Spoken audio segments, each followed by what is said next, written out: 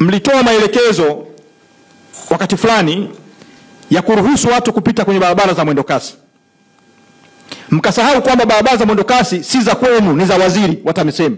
Ziko chini ya waziri wa TAMISEMI. Ninyi mkasimama mkaruhusu watu wakapita wakati ule, nimewasamehe.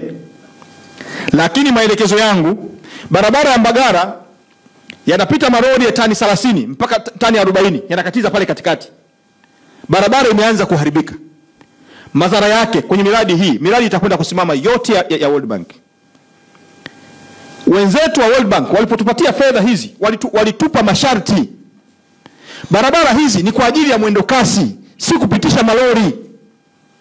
Barabara hizi ni za mwendo kasi. Kwa utaratibu huu mlioanzisha, miradi hii itakuja kukosa pesa, na ninyi watu wa Dar es Salaam mtakuja kulalamika.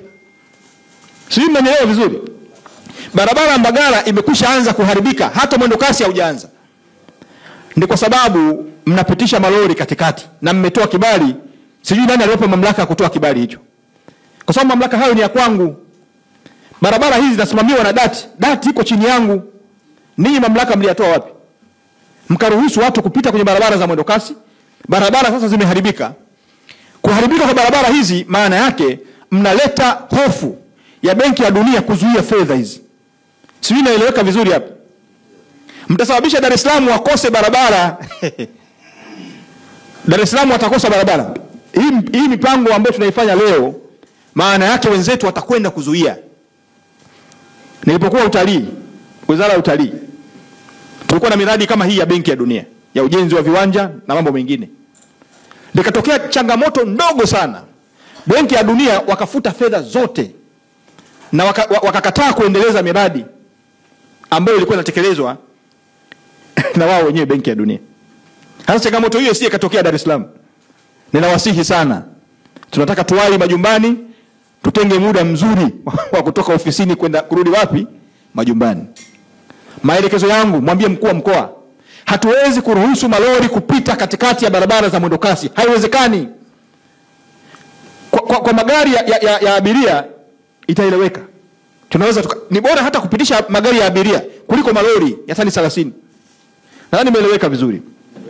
Wekeni utaratibu mzuri, na kabla mjaruhusu leteni wizarani. Sisi ni wenye mamlaka hayo, si ya kwenu. Mwambie mkuu wa mkoa, sio mamlaka yake. Tumeelewana vizuri eh? Niliwastai tu. Niliwastai. Msifanye mambo ambayo si ya kwenu mpaka muombe kibali. Kwa hiyo mwambie mkuu wa mkoa. Hili nalisema wazi kwa sababu changamoto hii inaweza kutuingiza mgogoro mkubwa na wenzetu wa Benki ya Dunia. Nadhani madiwani mnanisikia vizuri. Ninaomba muwaeleweshe wananchi kwenye maeneo yetu. Anayetaka kuwahi majumbani atoke muda unaostahili ili aweze kuwahi nyumbani. Kwa sababu vinginevyo utatuletea shida kubwa.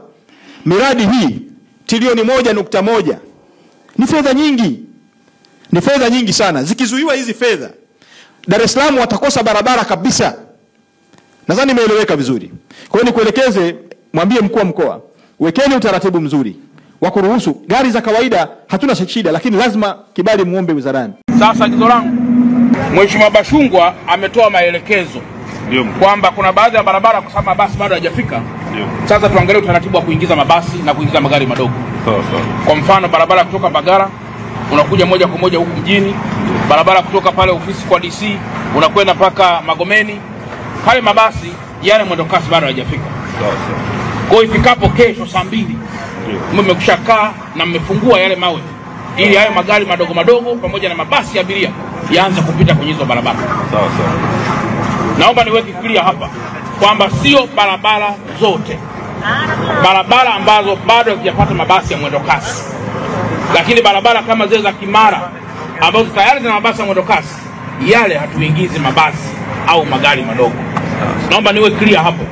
Ni zile njia tu ambazo mabasi ya mwendo kasi bado hayajafika. Yakishafika tunasitisha utaratibu huo, alafu tunaendelea na mabasi ya mwendo kasi. Kwa hiyo barabara hii ya kilomita karibu 23 kama ambavyo wamezungumza ni barabara muhimu sana. Mheshimiwa Rais ametoa fedha. Na amesema siku moja, nafikiri mkuu wa wilaya unakumbuka, na hata mwakilishi wa RTO unakumbuka, alisema kama rais silali, wewe unalala unalaga.